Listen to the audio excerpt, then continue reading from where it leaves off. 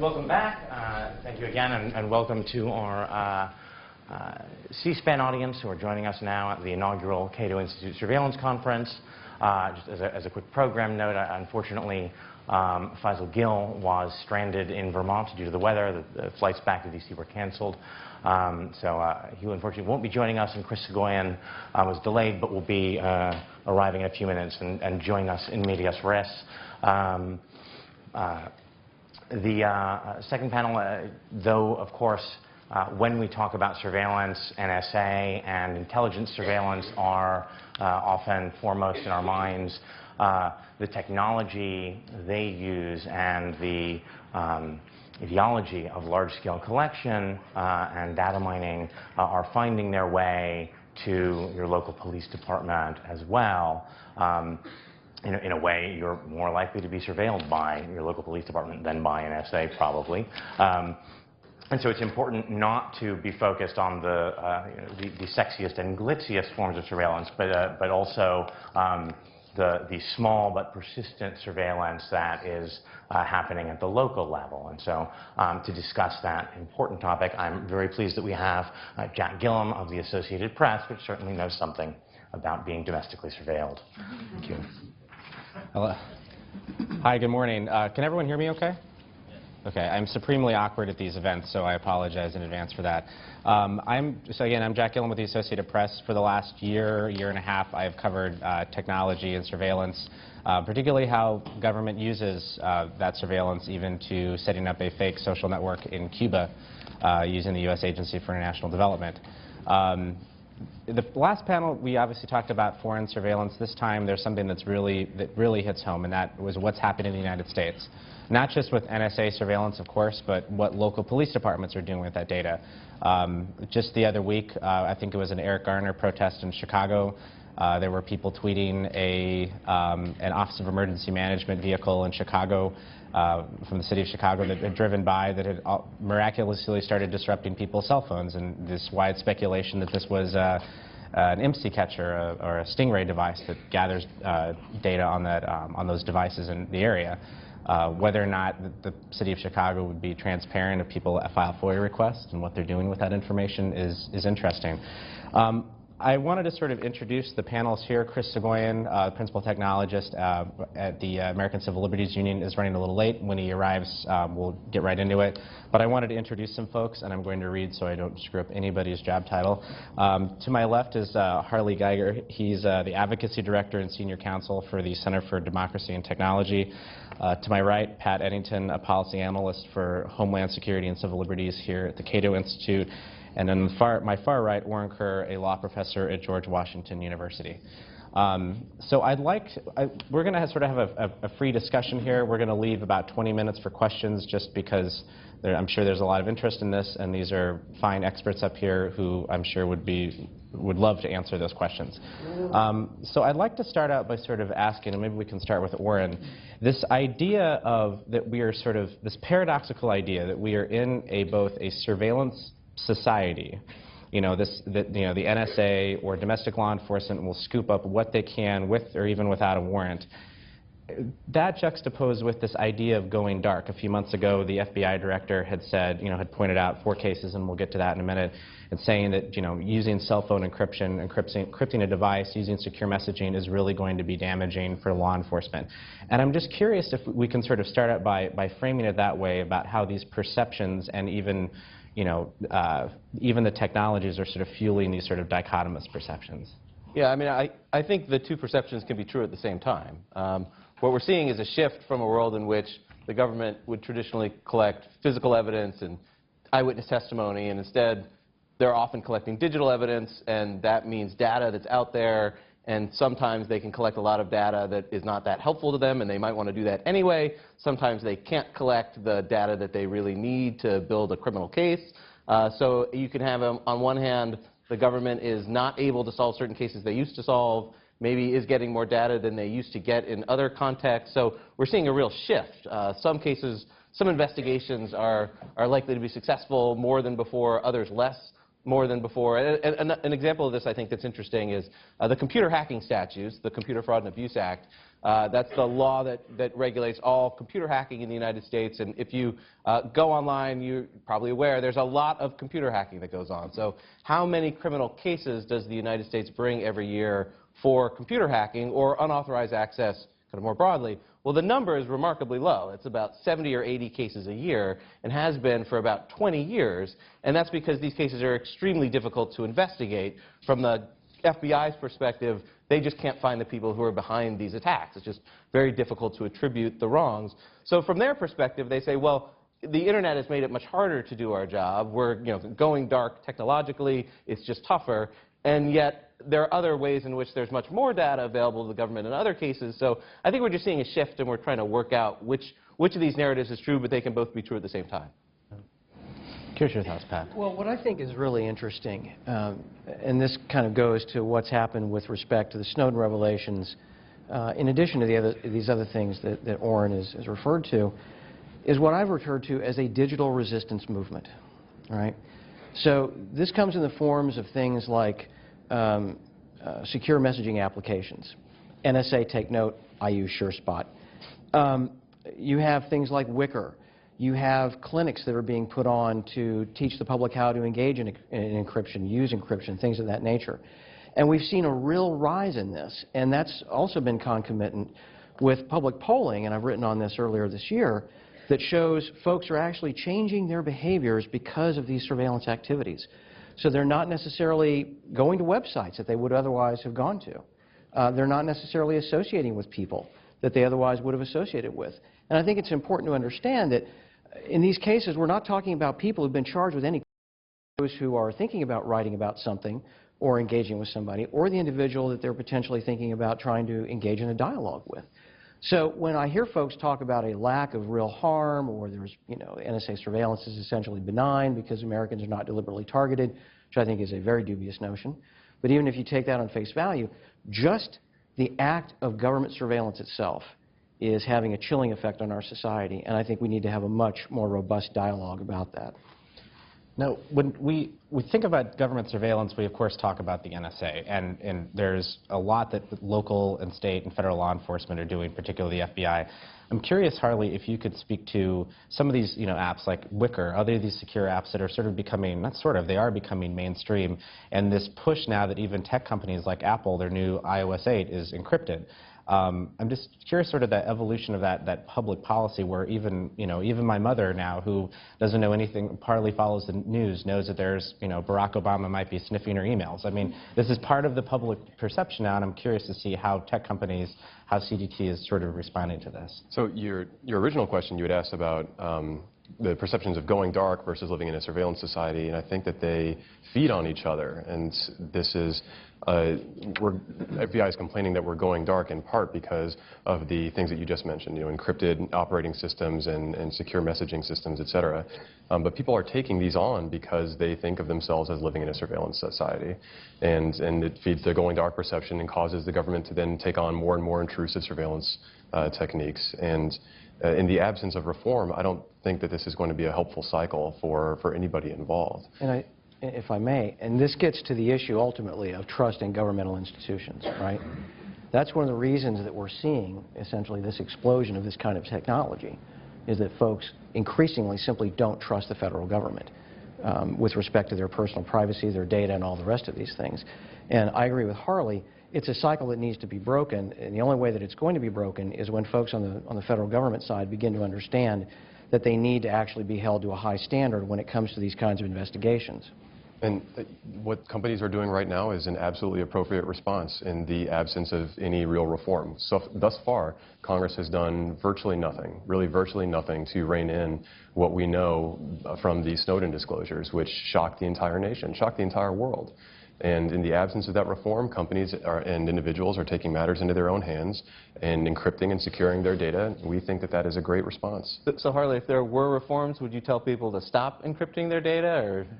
I think that we would not tell people to stop encrypting their data, but I think that there would be less urgency felt by both consumers and businesses to encrypt their data to the degree that they are right now.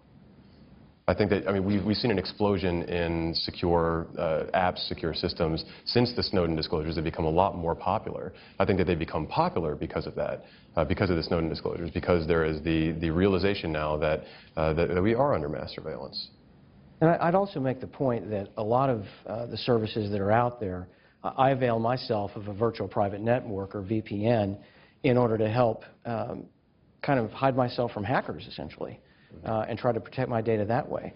So even if we manage to get the government's surveillance programs kind of put back in the box where they belong, there's still going to be a need, I think, an increased need, in fact, for these kinds of technologies just to protect us from other malicious actors.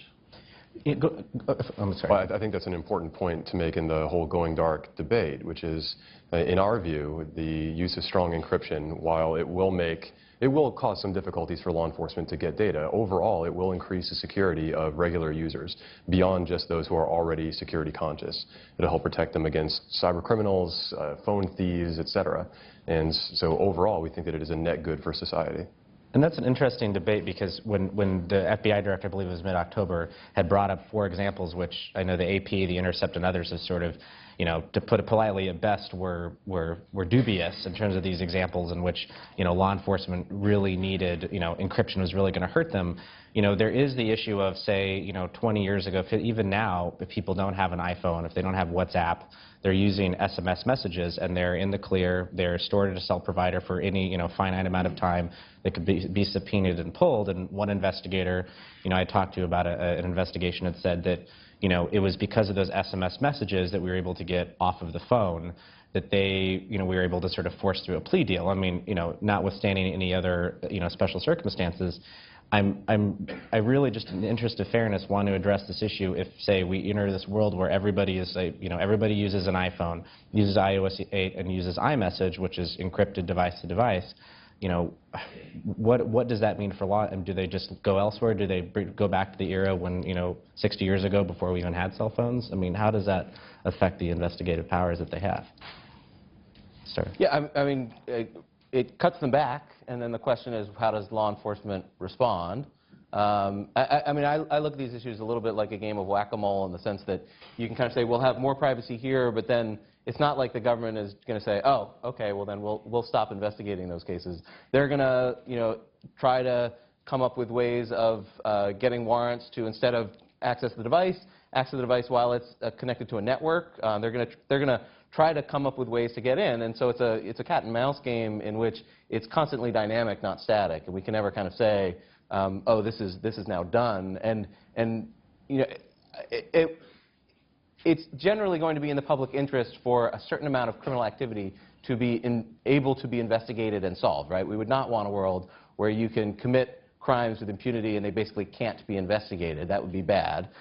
So there needs to be some legitimate role of law enforcement, and the question, I think, is sort of looking forward technologically, what is that role going to be, is going to be a tough question. I mean, do you think it's and I know that there's this talk of a golden key, which, you know, any cryptographer would say is, you know, that's hooey, this goes back to the era of Clipper chip, but I mean, what does that, you know, what does that exemption look like? Is it an encryption backdoor? Is it, you know, forcing somebody to turn over their passwords so they can get access to their phone? I'm just curious, like, you know, how we also protect people. You know, as Harley says, they want their data secure and they want it encrypted. So, I mean, what is the exemption? How do we find that balance? Yeah, so I would imagine it's stiffer penalties for refusing to decrypt one's own device. There wouldn't be a Fifth Amendment privilege for the most part in these cases where it's known to be a person's own phone. So, you know, I think you'll get it'll be harder for the government to access the device without the person's help, and then the law will probably come in and add extra pressure to push the person to help, not voluntarily, but involuntarily, facing criminal punishment if they don't do that. I think something like that is probably where we're going. So you think that the solution is compelled decryption as opposed to a golden key? It seems to me that's the better approach. Of the two, I would agree with you. Yeah, that's right. Yeah, the golden key idea is awful from both a business and security standpoint. I mean, if there's when we say golden key, we're talking about a backdoor access into encrypted products and services, which if can be exploited by other governments, possibly exploited by cyber criminals.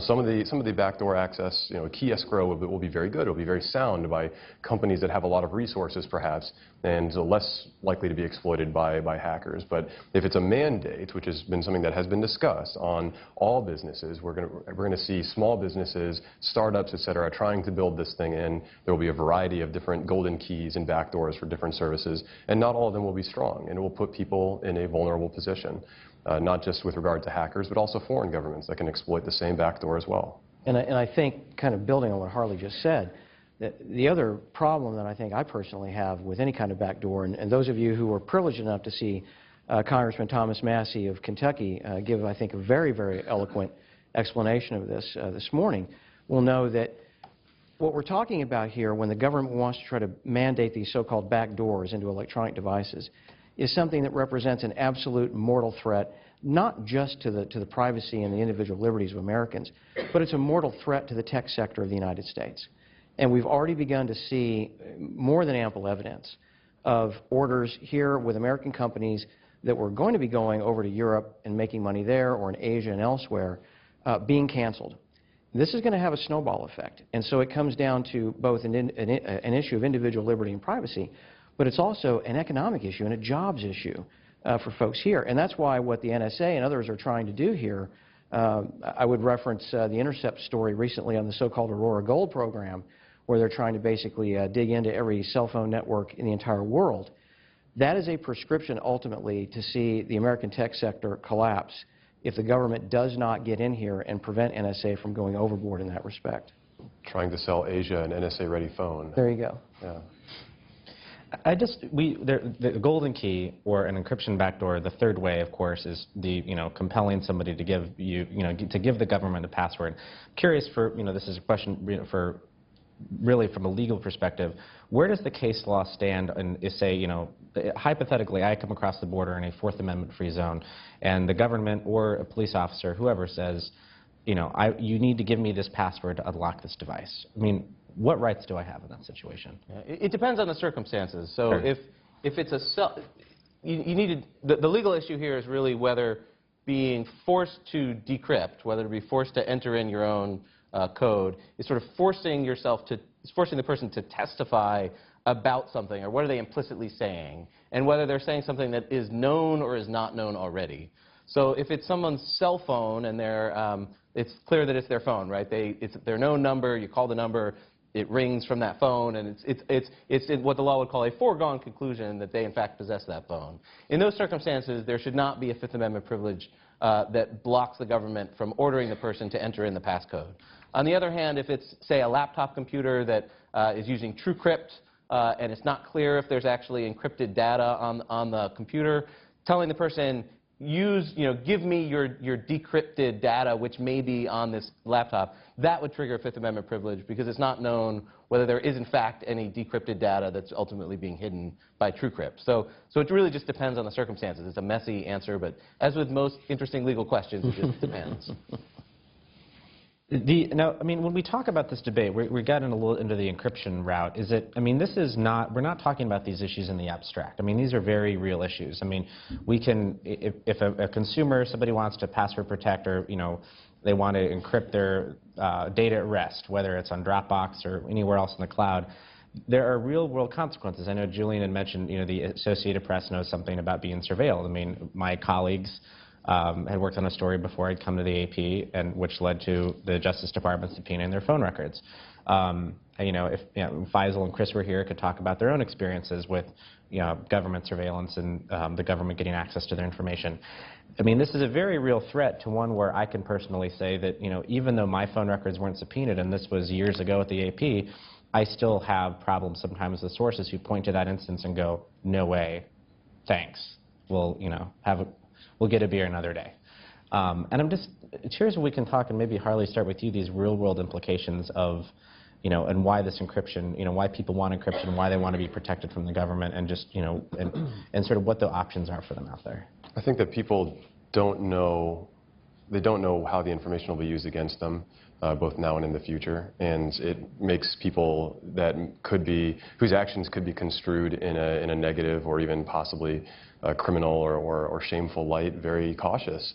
about taking certain actions, whether that's talking to reporters or even looking things up on the internet in order to educate themselves. So there was also a study of how internet search terms has changed since the Snowden disclosures. And I think that this has a real chilling effect on the actions of people for intellectual curiosity as well as freedom of expression.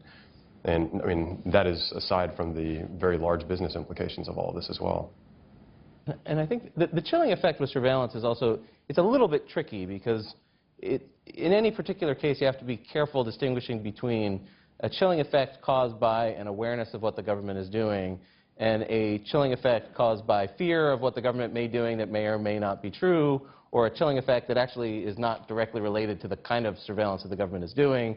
And an example might be the Section 215 telephony metadata program, which is collecting the to-from information involving phone calls that are placed by people across the United States. And that's not something that encryption can solve because that's just the numbers dialed from the phone. It can't be encrypted because it ultimately has to go to the phone company. So to the extent people say, oh, the NSA is watching me, I'm going to use encryption to stop that, that actually won't interfere with that particular kind of program. It's part of the reason perhaps that the NSA wants that program, is that encryption can't be used against it. But it is, I think, a difficult question. And we ran into this a little bit, I think, going back to the debate over the Patriot Act, where there were some aspects of the Patriot Act which were actually narrow and other parts that were broader, but some of the narrower provisions were actually reported incorrectly as being very broad. And then a lot of people were worried about surveillance from the Patriot Act based on what was really kind of misreporting of what the law was doing. And then you say the Patriot Act has a chilling effect. Well, is the chilling effect from the misreporting aspect of it? Is the chilling effect from what the government is doing? It's kind of hard to tease it out. And of course, from the government standpoint, they would say, well, we don't want there to be a chilling effect because we don't want anyone to know of the surveillance, which is not very helpful either. But it's a hard cause and effect question, I think, in this context.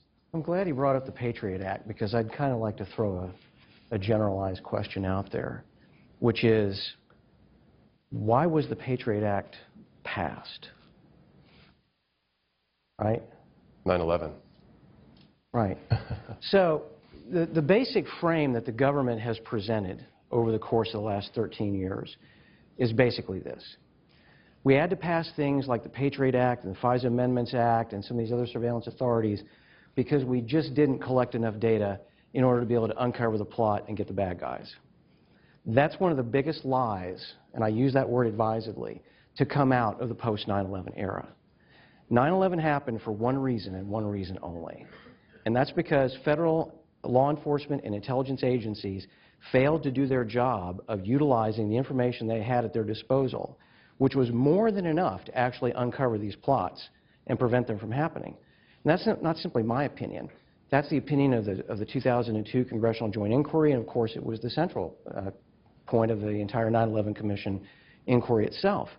So that's really what I keep coming back to when I talk about surveillance issues generally, whether we speak about the foreign aspect of this, the domestic aspect of this, which in a globalized communications age is almost a meaningless distinction now.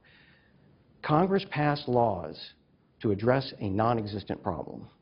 It's not like that hasn't happened before, but it's had an incredibly distorting effect on our society. And that's why I think we need to go back and put the emphasis where it really needs to be, which is on forcing the government to actually do its job with the available data. They didn't need the 215 authority of the Patriot Act. They didn't need any of the Patriot Act, in fact. And if you go and do as I did when I worked on Capitol Hill and also when Harley was there, in October of last year, I went to the Congressional Budget Office, the Congressional Research Service, and the Government Accountability Office, which are the three support agencies for Congress. And I asked a very simple question. Can you point me to any public evidence, particularly evidence offered by a federal agency or federal official, to indicate that any of the 152 provisions of the Patriot Act have thwarted any terrorist plot against the United States? And the answers I got back were no, no, and no. And if you step back and think about it, that makes perfect sense. Because it wasn't a lack of information collection that was the problem. It was the analysis and the dissemination of it that was the problem. And we know those problems are still with us because we saw it in the Abdel-Muttalib case, the infamous underwear bomber case, And we saw it just last year with the Boston Marathon bombing case. Those are the problems that our government should be focused on. And that's another reason why we need to roll back these surveillance laws in order to get them focused on the right problem. And let me push back on that narrative a little bit, because I think there's a different story about what was actually in the Patriot Act. I think it's wrong to say, oh, the Patriot Act is some sort of big, scary thing with bad things in there, and it must have been bad, and expanded government power. I think it's helpful to go through what was actually in the Patriot Act, and let me approach that with a story. Around 1999-2000, I was in the Justice Department in the computer crime and intellectual property section, and I was part of a group of career lawyers. We were tasked with coming up with what we called the high-tech crime bill. It was ways of improving the surveillance laws, which were clearly out of date. A lot of the language was kind of telephone specific. It wasn't clear if privacy protections applied to the internet, and just a general updating of the laws needed to be done. Nothing that was designed to shift the level of government power, but really just sort of good government updating the laws kinds of things. And it was understood. I left the Justice Department in the summer of 2001, and the understanding was there was at some point this would mostly get passed because it was not controversial to the members of Congress who'd taken a look at it. But that was sort of the status of things.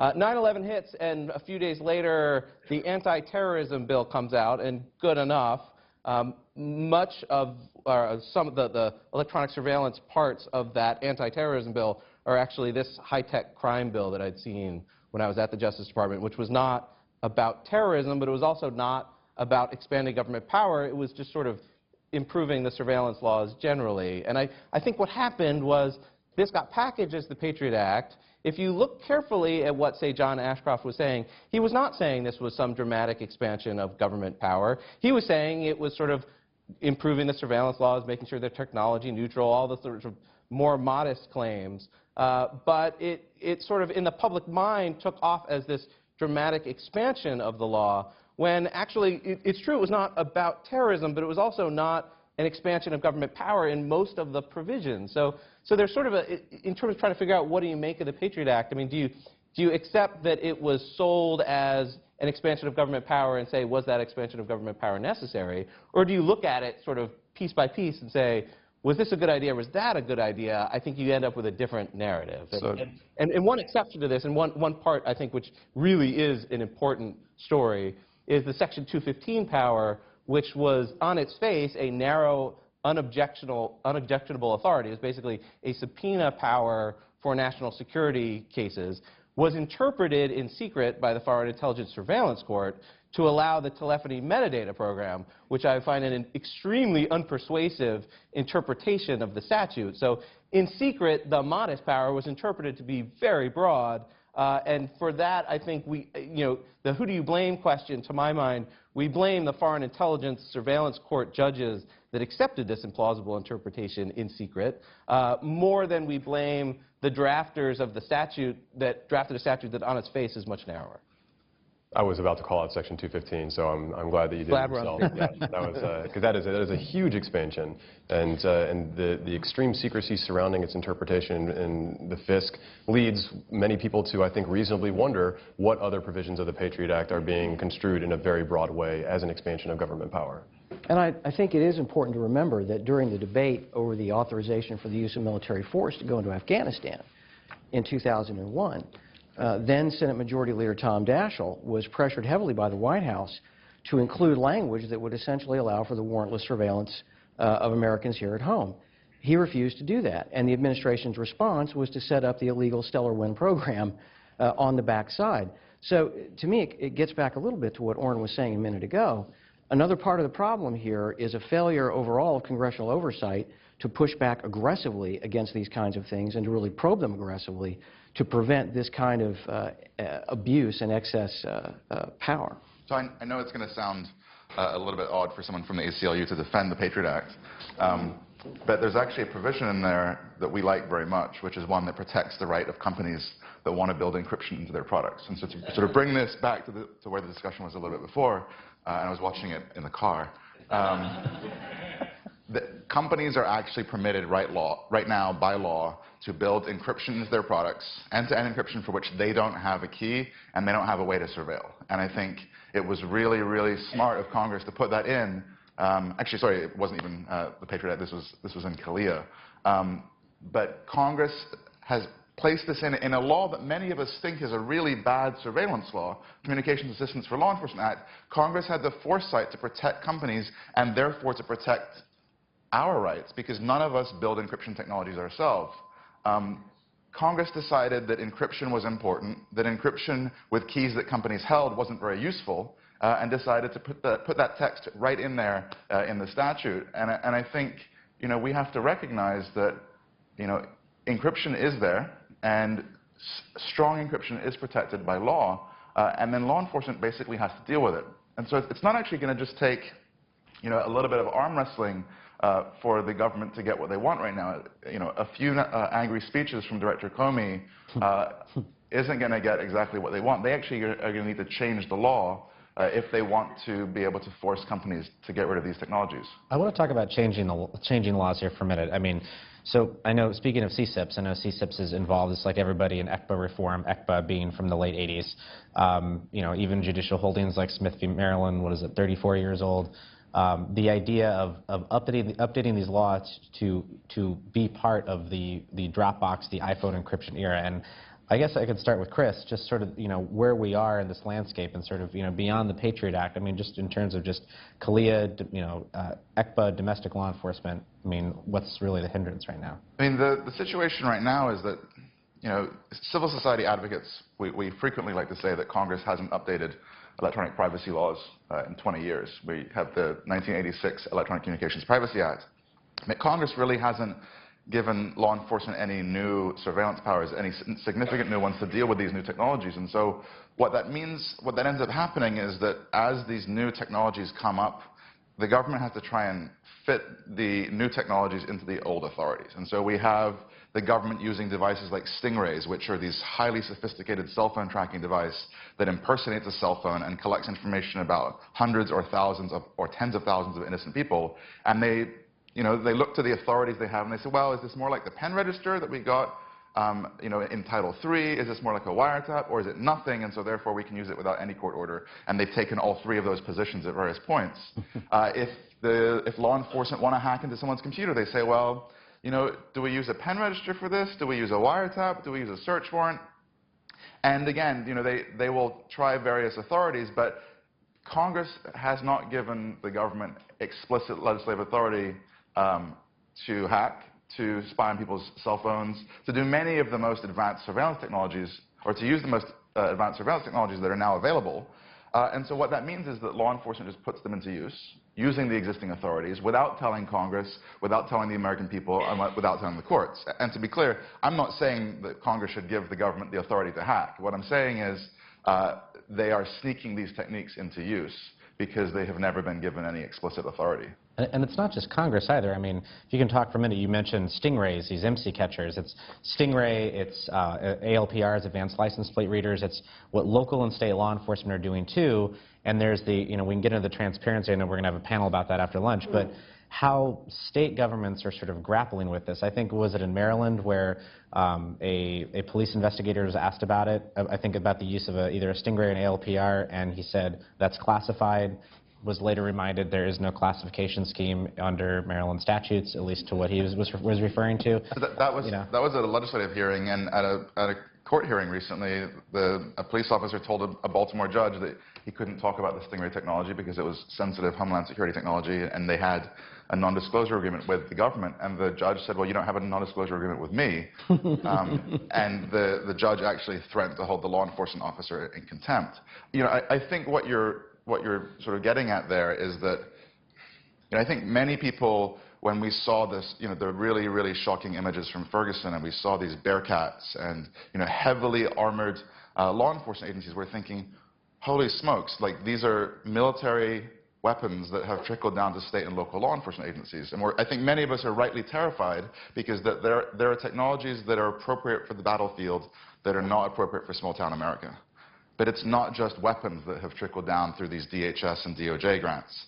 It's surveillance technologies as well. And the only difference is that the Bearcat looks terrifying on TV, and a Stingray looks like a piece of hi-fi equipment. But these same grant programs that are funding armored personnel carriers in small-town America are also funding surveillance technology. And it's simply not appropriate for local law enforcement to have intelligence community grade surveillance technology, because these devices do not respect the privacy of innocent Americans. And maybe that's okay when they're being used in a battlefield, but right now we have overly invasive surveillance technologies that are trickling down to state and local law enforcement agencies, and it's not happening with sufficient judicial oversight. It's not happening with legislative oversight. Legislative bodies are not passing laws permitting this technology to be put in use, and so we're only finding out about it because the police screw up in one place, or the invoice for a surveillance device shows up on the web, or Jack files a FOIA and then gets some information. But this is not how we should be doing oversight of surveillance, and this is what is happening right now in America today. I actually think that this is,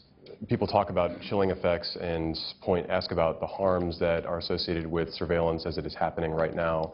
And in some sense, I think that that's a useful question. I don't want to diminish the very real harms of chilling effects, but I think that it is very much, I think it's very important to also try to project into the future and think about what our government could be like in a generation or two. We simply don't know.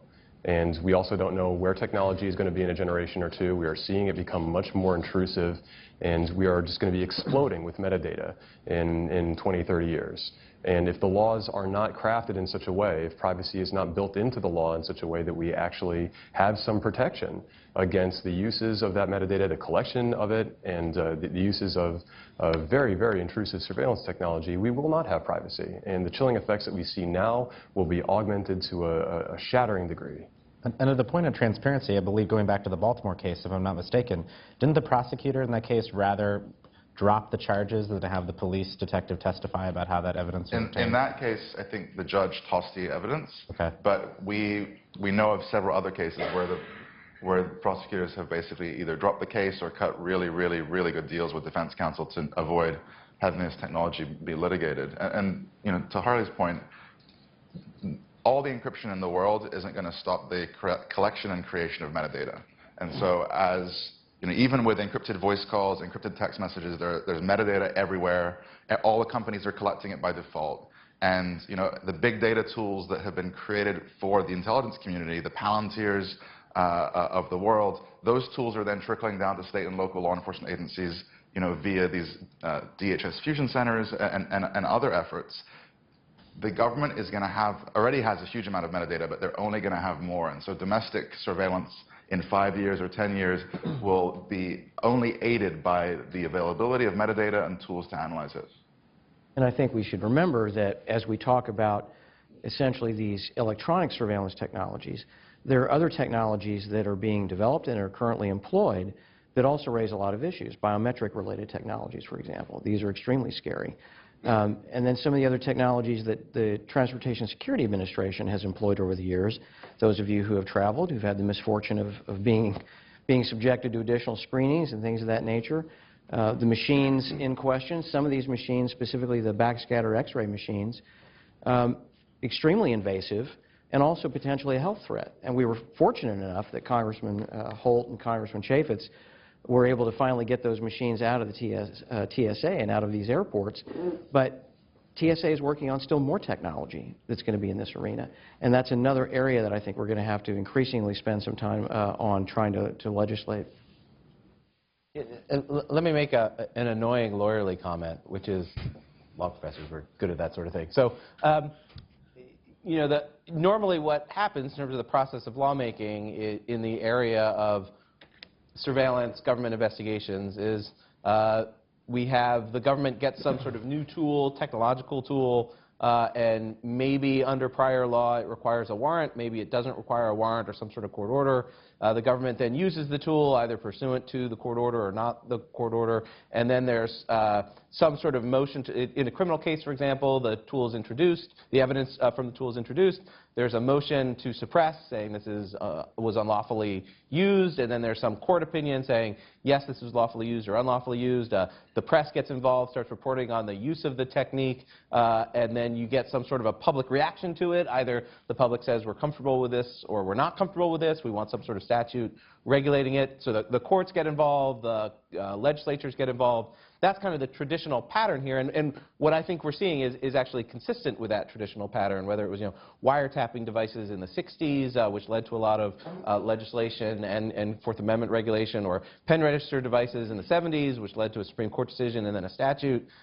This is kind of the normal pattern of things, and which is, I'm not saying that, oh, don't worry, there's nothing to worry about. No, we should worry, but we should recognize that normally what happens is that the law steps in fairly late in the game, at least once we know what the facts are and what's being regulated.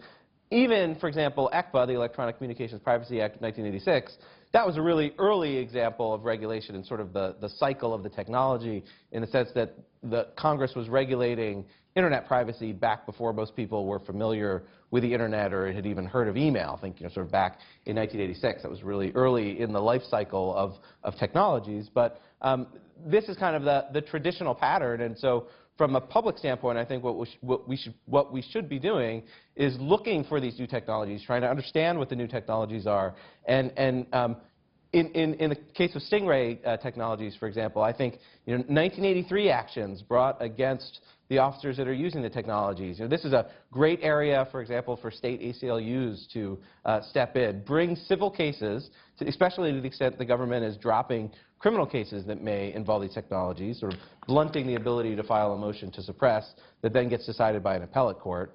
Civil cases brought that challenge these technologies that lead to cases on how the Fourth Amendment applies to these statutes, to these technologies, or how statutes apply to these technologies, would be really helpful in sort of furthering the process along. But if I can just jump in, there's a piece of that story that you're missing out, Oren, and whether it applies to Stingrays or even wiretaps. For the first 10 years of wiretapping history in this country, wiretaps were first put into use in about 1895 in New York, and it took about 10 years for the public to even learn that they'd existed. And that was because the police did everything in their power to keep the public in the dark about the availability of this tool, because they argued, well, if people know that we can listen to their phone calls, they won't say things that we want to hear on the phones. And Stingrays or technologies like them have been in use since the mid-1990s. Until a year or two ago, we only had 2 instances where judges had looked at a Stingray application and written anything about it. This technology has been kept so under wraps, and it's not an accident, it's an intentional effort by the FBI to suppress public discussion or awareness of this technology. And so how does that system work, where defense lawyers challenge them and the courts weigh in and Congress weighs in, when the law enforcement community is doing everything in their power to suppress any discussion of this technology? Well, so my recollection is that the Stingray technology was discussed in cases going back 20 years, right? So it was Two cases. right, but to the extent that it's known that it's being used in a case, this is sort of I'm sort of advocating for a public interest group, whether it's the ACLU or state ACLUs or whoever, to bring cases when they learn of these technologies. Right, but the problem is we don't learn. And so, for example, in Charlotte, North Carolina recently, there's been quite a bit of controversy about the Stingray after a local newspaper found out that the police had a Stingray device, or had multiple Stingray devices, and the police said, of course we get court orders for these things. And then the journalist called up the local judges and said, hey, have you ever approved an order for a Stingray? And the judges all said, we have no idea what a Stingray is.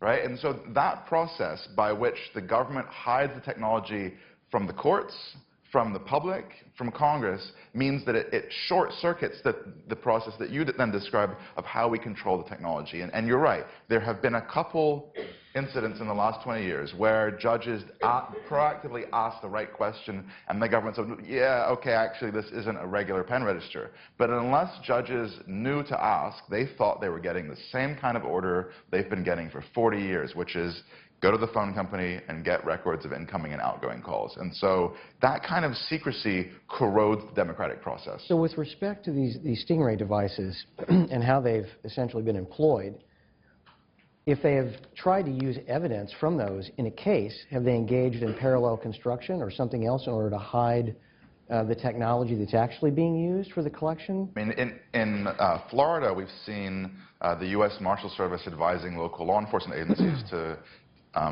when referring to information derived from Stingrays, to refer to it as information coming from a confidential source or informant.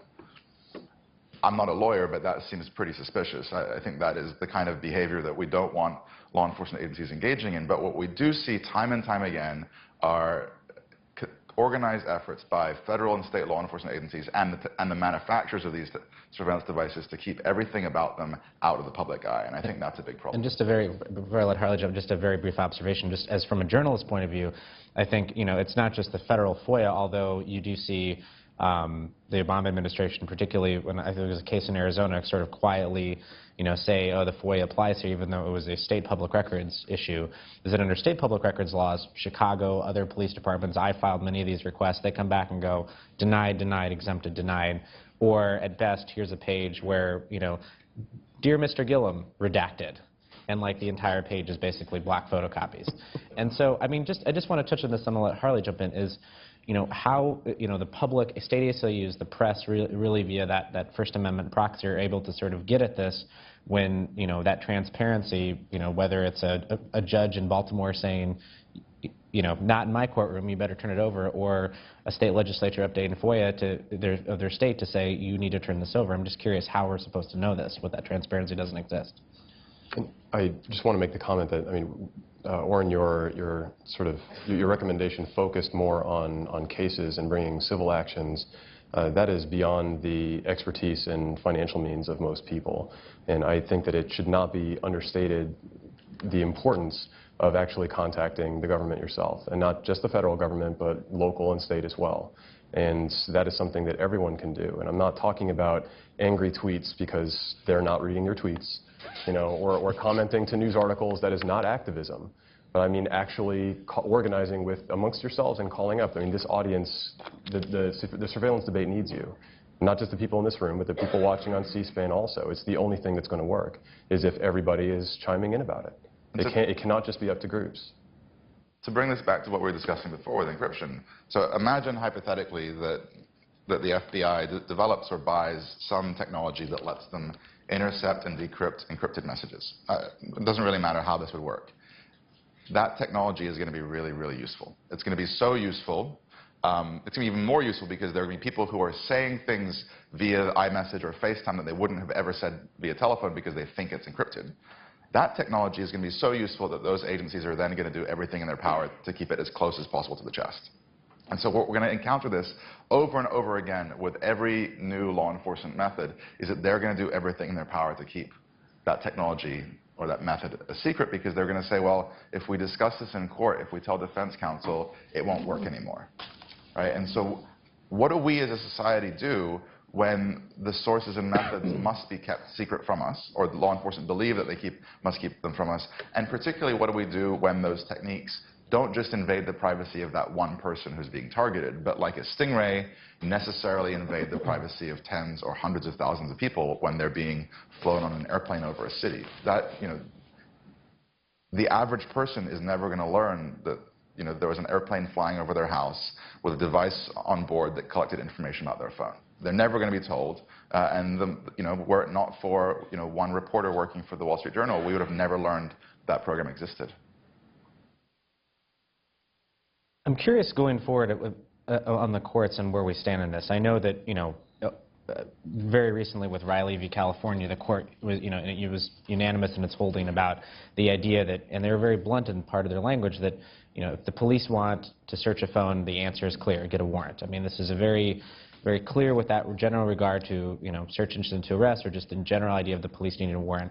I'm curious going forward, and this is, mostly for the lawyers up here, but not necessarily, I'm not going to limit it to that, where we're going to go in the next 10, 20 years. As Harley points out, we have, what is our society going to look like in 20 years? The people, what is the technology, what is the metadata being collected about us, and what are those protections that if Congress, say, doesn't act with say, the USA Patriot Act, where does the judiciary step in? It's a great question. It's probably going to be a wild ride. We saw in the Riley versus California case, the Supreme Court, quite surprisingly, ruling not only, it's a bit of a surprise based on prior law that the court ruled that a warrant was required to search the cell phone, but they did so unanimously.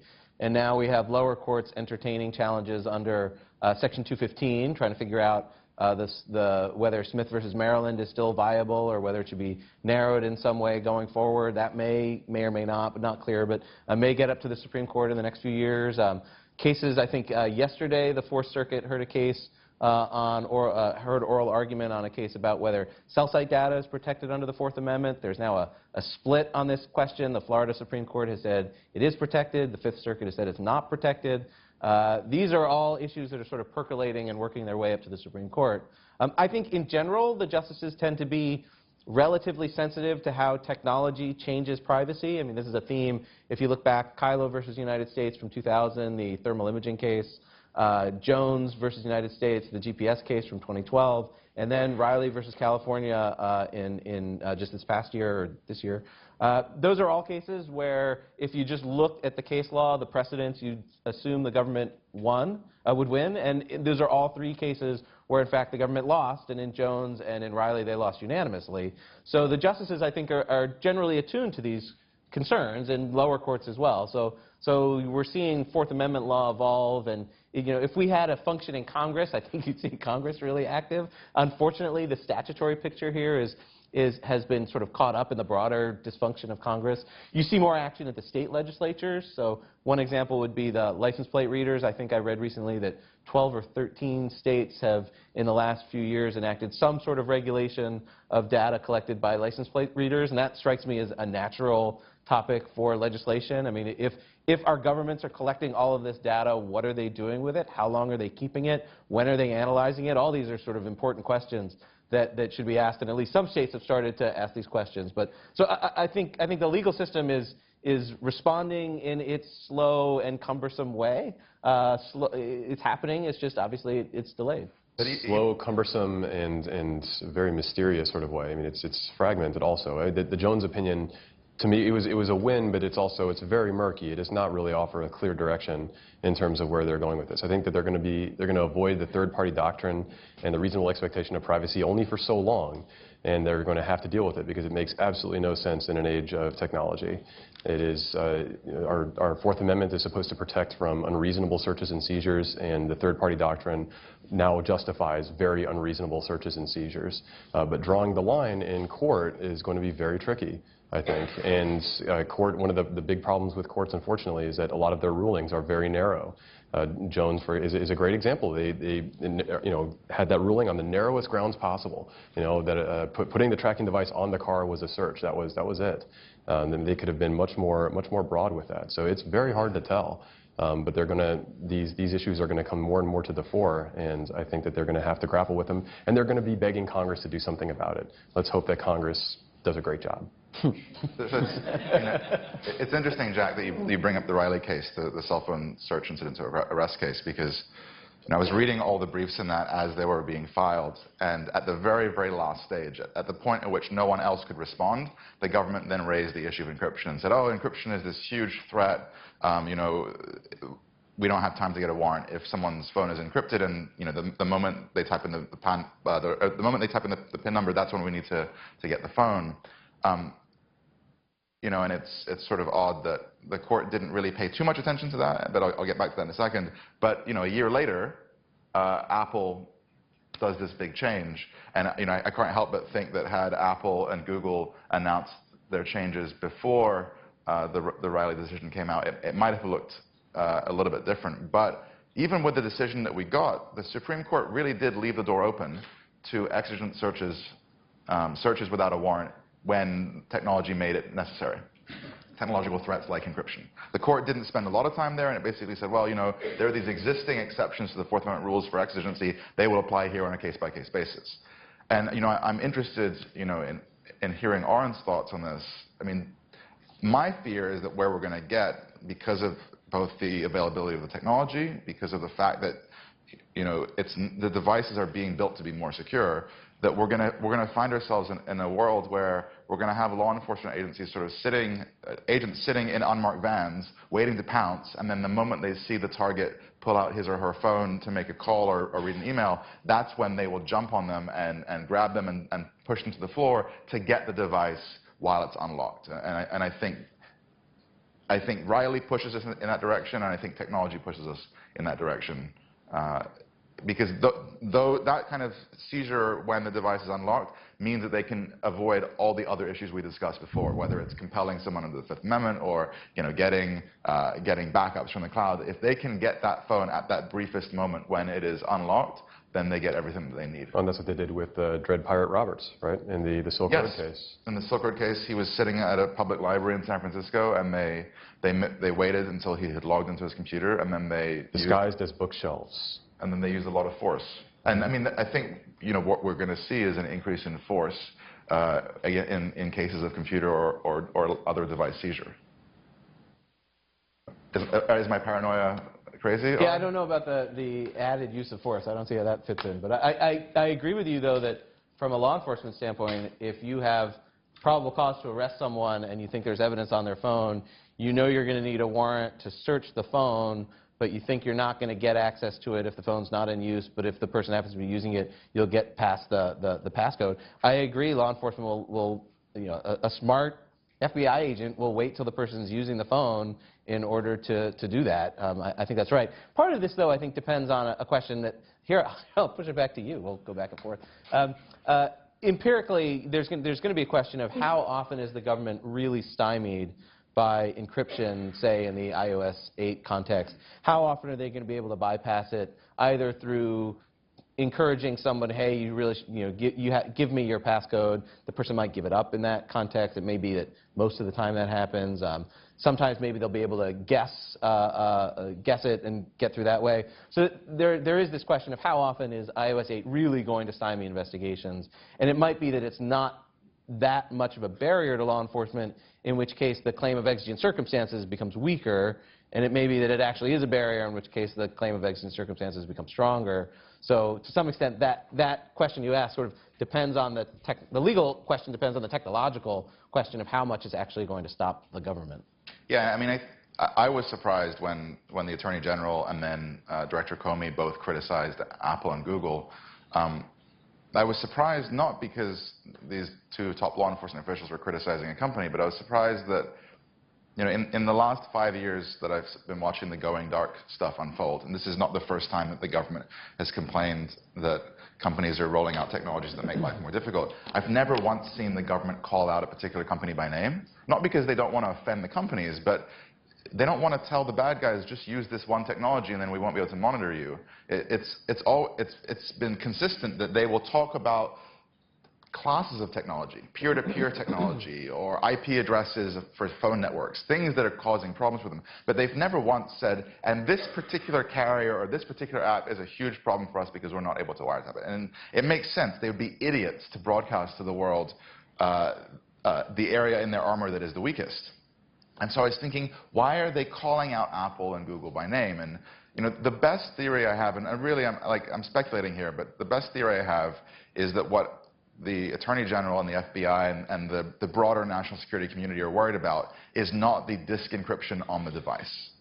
Because as Aura notes, that's probably not a huge problem. There are cloud backups.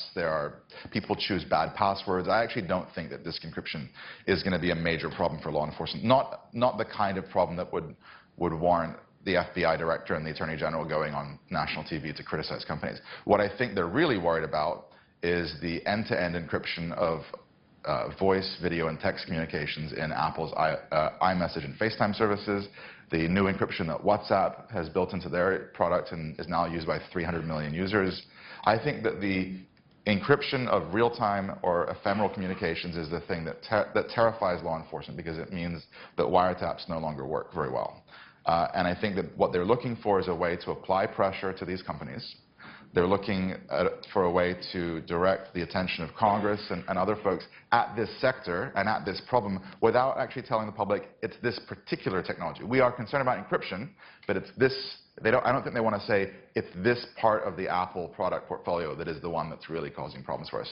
And on the issue of real-time voice, video, and text communications, yeah, I think it's going to make life more difficult for law enforcement, and that's sort of the point. It's also going to make life more difficult for criminals to spy and for foreign governments to spy.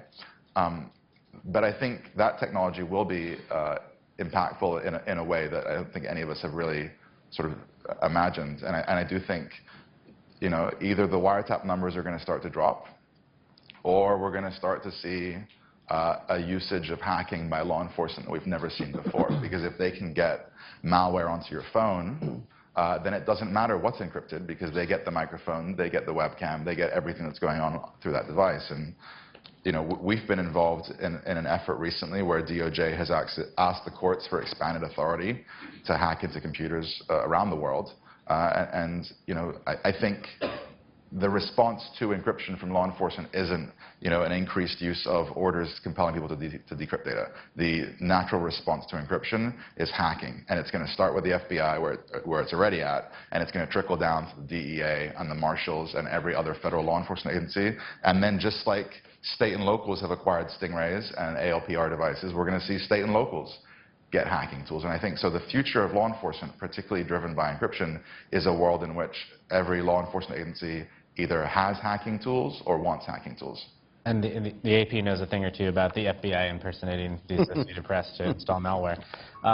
So we have about 10 minutes left. We covered a lot of ground here. There's a microphone over here, so if we have, just if somebody can pass the microphone around, and then we can ask questions.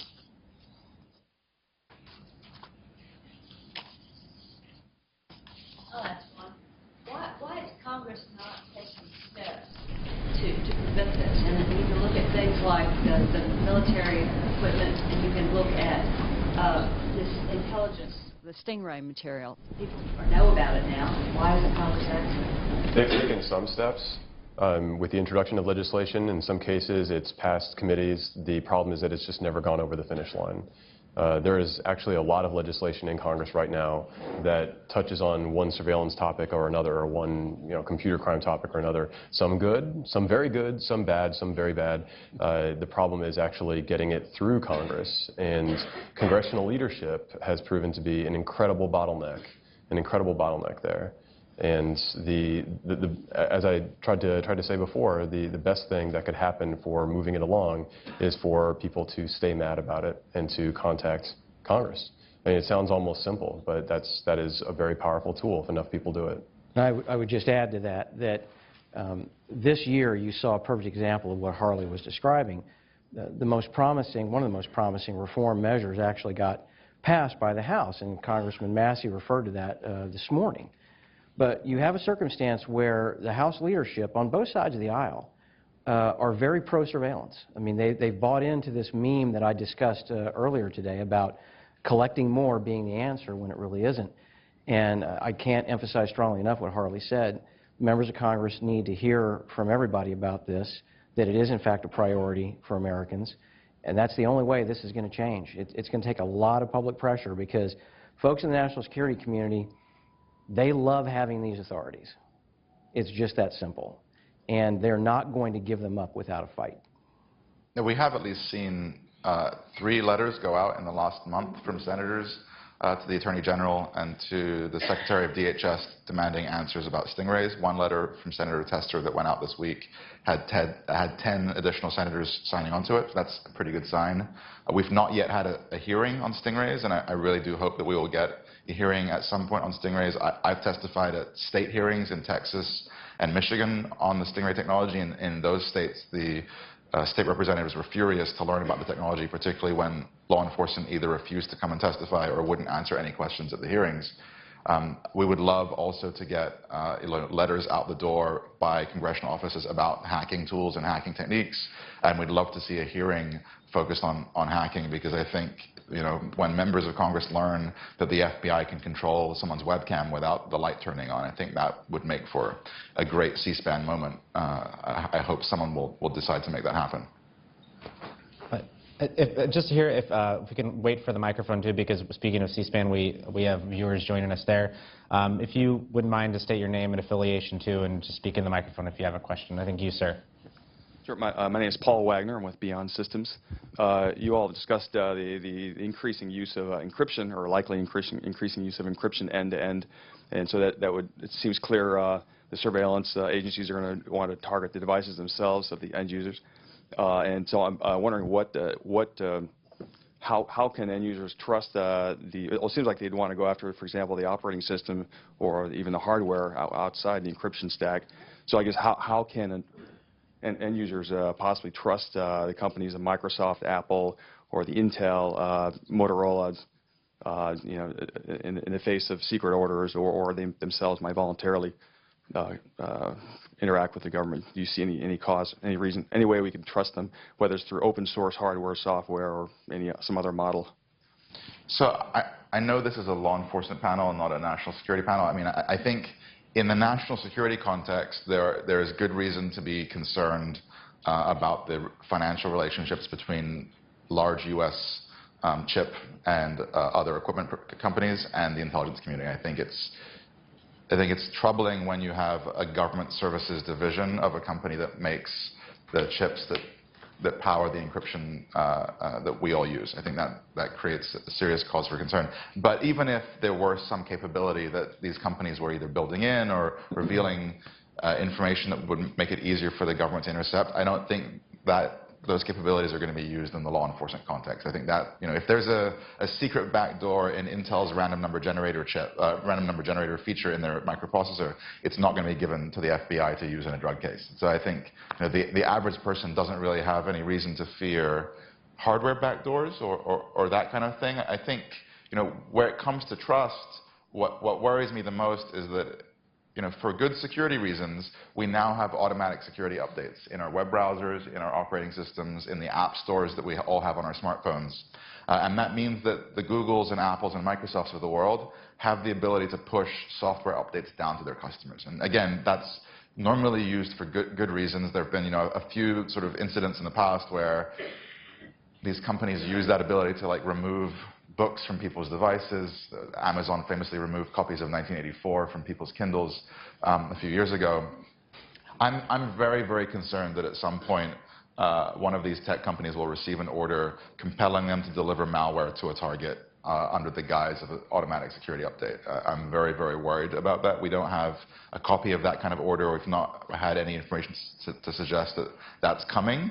But these companies do have the ability to update software on our devices, and I think, as the devices get more and more secure and they get locked down by the companies and the users, law enforcement agencies and their allies are going to look to any leverage they have, and that ability is one that is so powerful. I cannot imagine that they're going to not use it at some point. I think there's a gentleman down here. His hand up.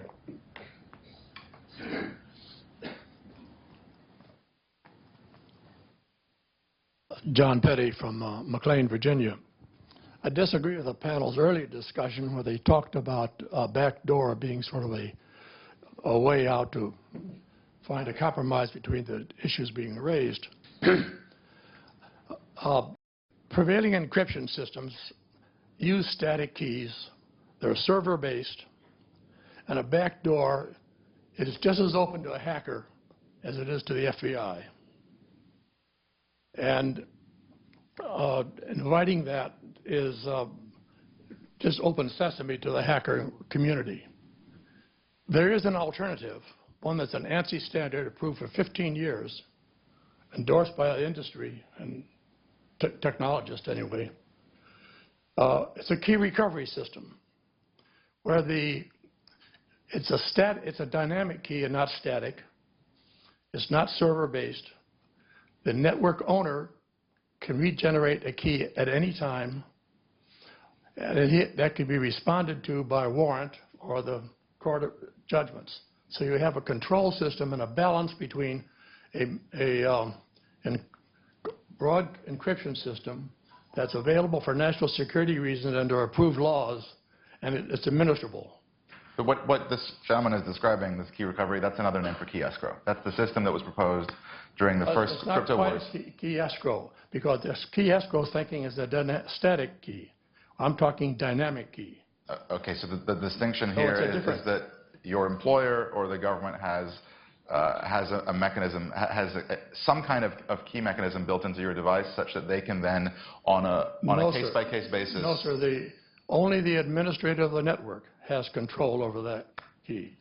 It's a dynamic key creation. Regardless of who has the additional key, whether it's the administrator of the network or your employer or Apple Computer or the FBI. If there's an additional key, there's an additional target that people will go after. And I think the computer security community is in widespread agreement that we don't want any more keys. The only person who should hang on to your key is you. And I think those tools have been available in the market, and they haven't really been adopted outside of enterprise settings where there's probably a legitimate use for them, which is, if an employee quits, you want to be able to get the data if they won't give you their password. I'm sorry, that analysis is not correct for a dynamic key situation. Well, most security experts that I've spoken to don't want to have anything other than a key held by the user. There's a gentleman right here. Will Amatruda, I'm sure it's not just judges who haven't heard of Stingray technology. Mr. Soghoian, could you give a 30 to 60 second description of what it is, what it does, why we should be afraid of it? Sure, and then I think there's a woman behind him that would like to ask a question. It's a little dark up here on stage, so it's hard to... So the quick version of a Stingray is that it exploits a fundamental security flaw in the older generation of cell phones, which is that your phone has no way of proving that it is talking to an AT&T tower. Any tower, any cell phone tower, or any device that is effectively a tower can decide what it wants to call itself. It can call itself an AT&T tower. It can call itself a T-Mobile tower or a Verizon tower. And you don't have to be Verizon to call your device a Verizon tower. And so the Stingray impersonates the cell phone infrastructure of the phone network. The FBI drives into a neighborhood, they turn it on, it has a higher signal strength than any legitimate tower nearby, and suddenly all the phones in that neighborhood say, oh, look, there's this new tower that I hadn't seen before, it's got great signal strength, let me use that for my calls. And in the process of that happening, it causes every cell phone in the neighborhood to identify itself to that Stingray and reveal a unique serial number. It then allows the Stingray to locate those phones. And in some cases, these devices can be used to intercept incoming and outgoing calls, incoming and outgoing text messages, and even internet connections. And so, for all intents and purposes, the government is your phone network when they are using this device. And of course, when that happens, they also disrupt the normal functionality of the phone network. You may not even be able to make telephone calls when this device is in use. And so it's very disruptive. It's very invasive. It requires a degree of impersonation or masquerading that I don't think is appropriate.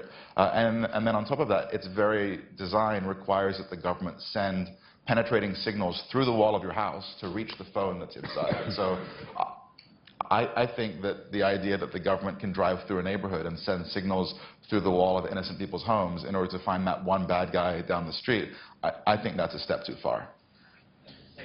Your last question. Yes.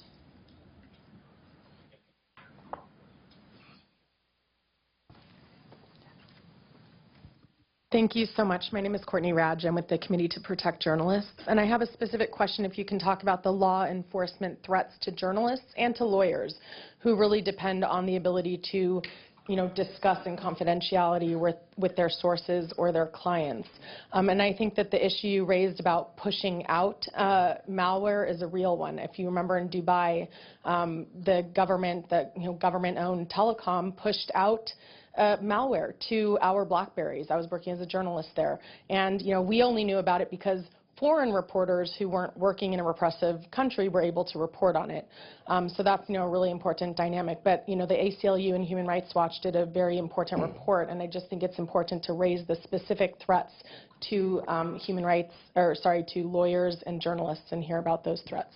I mean, I'll let Jack answer in a second because I think you probably have your own thoughts. But I'll just say that one of the great things that's happened post-Snowden is that journalists are now starting to take digital security seriously, and the use of email encryption is now widespread among national security reporters. I think that definitely wasn't the case 2 years ago, and in some cases I had to help people, and my friends and colleagues had to help people. But I think the journalism community has really come a long way.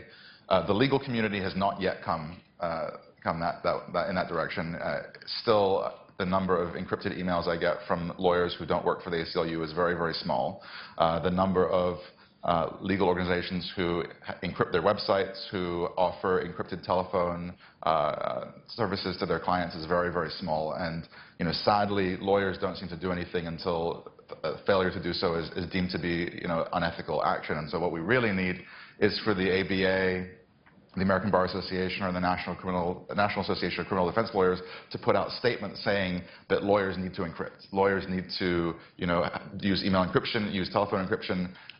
But the journalism community is moving in the right direction. I think that the main problem right now is that still many of the tools that we have are not very easy to use. And so text message and voice encryption are basically idiot-proof at this point. And I'm really happy with where things are going there. But email encryption is still a nightmare, and sharing encrypted documents between reporters is still very, very difficult. Right, and just very briefly on this, because I wanted to ask Oren, by proxy, a question, is, the Snowden disclosures and national security is but one very small area in sensitive reporting that journalists do all over the country and all over the world. I mean, at minimum, I've talked to sources at state governments, companies, private firms outside of the intelligence community where, they may not go to jail, they may not face 20 to life or something for disclosing this, but they have a mortgage to pay, they have bills to pay, they have a family to feed. And, worst case scenario, journalists, as you point out, in hostile countries, here, I'm lucky to live in a country where maybe the worst that happens to me is, not saying it's a walk in the park, I get held in contempt. We're talking about people dying and disappearing. If this information is made out, sources of ours who disappear in the middle of the night because a government intercepts it. And the question I had when we talk about lawyers, I'm just curious from a legal perspective, is what this surveillance means for attorney-client privilege, and how, when the government sort of does this mass surveillance, how that's protected and how that works. It totally depends on which mass surveillance you have in mind, and so it's sort of a hard question to answer. I will say on the journalism question, I think, to my mind, there's been a little too much emphasis by the press on how victimized the press is by investigations that involve leaks to the press. The press is very good at defending its interests in such cases where, we have the basic problem, it seems to me, is that leaking national security secrets to the press is a crime, and so naturally the government is going to investigate the leak, and then the reporters on the other end of that leak, and so it creates, the reporters getting awfully close to the crime, right? So it is a question, how does the government investigate those cases? Some would say the government should not investigate those cases, that should not be a crime, but if we accept that that is a crime and should be a crime, which I think is the only way to have a classified system where we have some secrets that are classified, which should be the case, then naturally reporters are going to get close to that. And I think there's been some miscoverage of investigations in which, I guess it was the affidavit in which an AP reporter was described as somebody who'd committed an offense, and that got totally blown out of proportion. It was really a phrase that was required under a statutory authority, the Privacy Protection Act, and a Justice Department approval process that did not mean that the reporter was targeted. It just meant that there was a part of a checklist that had to be covered and a language that ended up in an affidavit. So I'm not totally convinced that these are as severe problems as the question suggested, but at least in the attorney-client privilege question, it just totally depends on the nature of the surveillance. I definitely have a slightly different view, and yes, Julian, I will be brief. We absolutely need to have an ironclad shield law for journalists, certainly at the federal level, I would argue at every level. And if you want a poster child for why, just take a look at the Jim Rising case. It is an excellent example. It's hardly the only one. But my problem with essentially making an argument that we need to have wide latitude, essentially, for prosecutors to be able to go after folks in cases like this is that the only reason we know that unconstitutional surveillance has been conducted against each and every one of us is because of Edward Snowden being willing to go to folks in the business that Jack and others are in. And we need to be able to find ways, ironclad ways, I think, to make sure that those journalists are essentially untouchable when they're doing their reportage on this. And that, to me, is the great vulnerability we have in the law right now. Thanks. It pains me to curtail an interesting conversation I know could continue. I hope will continue at lunch upstairs in our cafeteria. I really hope that you will join us back here at 1 o'clock sharp, where we'll be joined by Google Chairman Eric Schmidt, NSA's best frenemy. We have a really fantastic afternoon lineup. We have a secrecy panel with Siobhan Gorman of the Wall Street Journal. We have a panel on reform and limits to surveillance with Ellen Nakashima, and then a very special closing session that you will kick yourself if you miss, I promise, with Julia Angwin. And after all that, we'll have basically booze and instruction in privacy tools with a really great series of tech experts who will walk you through how to use technologies to protect your privacy. So thank our panel again, please, and join us for lunch.